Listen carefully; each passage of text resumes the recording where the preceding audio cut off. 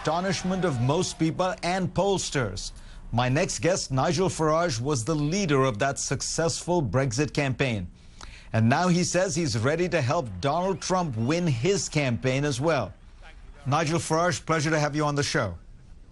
Thank you. Now, Donald Trump is quite unpopular in Britain. The polls I've seen, really it seems that most people really don't like him. What do you see in him that so many of your countrymen don't? Well, with fair point to say that Hillary is not too popular in the UK either. So, we've got this election in which the British public think, goodness me, is this the best America can do? That's the general view. I think that Trump has been portrayed in the British press as being misogynistic and almost racist, and that's what people haven't liked very much. I would just say this to you, that we are exactly 100 days on from the big Brexit vote that happened here in the United Kingdom.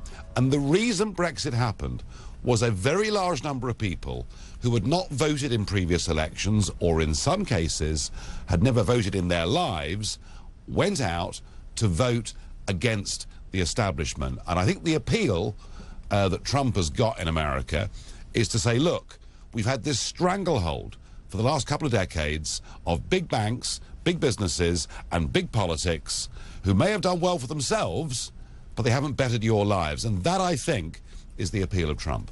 And so every time another prominent newspaper comes out against him, another prominent Republican defects, you think it almost feeds the energy that surrounds his campaign because it's fundamentally a kind of anti-elitist populist appeal. Very much so. And again, the crossovers, the parallels with Brexit, as the date of the referendum got closer, there were, respected establishment figures lining up to tell us this would be the biggest mistake we'd ever made in our lives. The economy would fall off a cliff. It would all be a disaster. And people, frankly, looked at it and laughed, because I think what people are seeing is an establishment that is too cozy, is too close. Do you think that there are sort of hidden Trump voters in quite the same way? In Brexit, the polling suggested that the Remain side, the people who wanted to stay in the EU, would win. In fact, on the eve of the counting, you seemed to almost concede because you were reading all the same opinion polls we were, and yet it won. Do you think you could imagine a similar Trump surprise? I think there are two phenomenons here. I think the first is that on telephone polls particularly, people are nervous to come across as being too conservative, too socially conservative. So, we've seen in the last few years in Britain opinion polls getting it wrong because people aren't quite telling the truth on the telephone. But there's another phenomenon here. And frankly, the polling industry in Europe, I mean, frankly, it's almost bankrupt in terms of its reputation. And I wonder whether we're seeing the same phenomenon in America. What I'm talking about is the polling companies find it really hard to find people who are outside of politics and who are now coming into politics. And that's why the opinion polls over Brexit were wrong. Although I do admit I suffered myself from a bout of 11th hour nerves.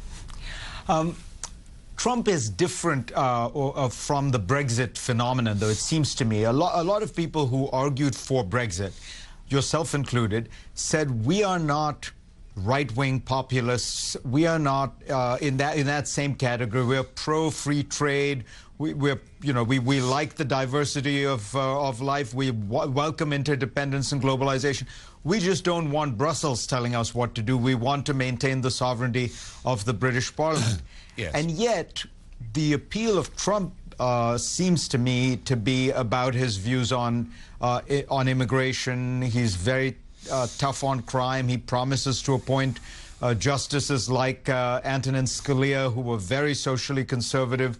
So how do you, I guess my question is, how are you so comfortable with someone who really, by most of his policies, is a conventional right-wing populist of the kind that the Brexiters told us they were not?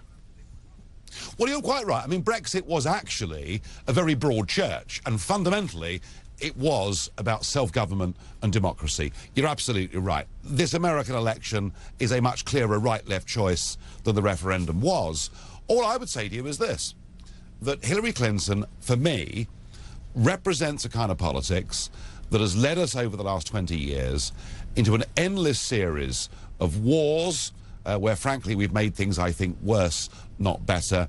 And Clinton politics is about big business, and it's about the rich getting richer. And I think that Trump is part of a phenomenon that is now beginning to sweep the Western world. Simply, people want change. And I think on November the 8th, that's what this comes down to. Do you want continuity with Clinton? Do you want things to stay as they are? Or do you want change? You have 30 seconds to give me or to give Donald Trump advice. You are going to be his guest at the second presidential debate. How can he improve on his performance? Don't let her get under your skin. Whatever abuse she throws at you, ignore her.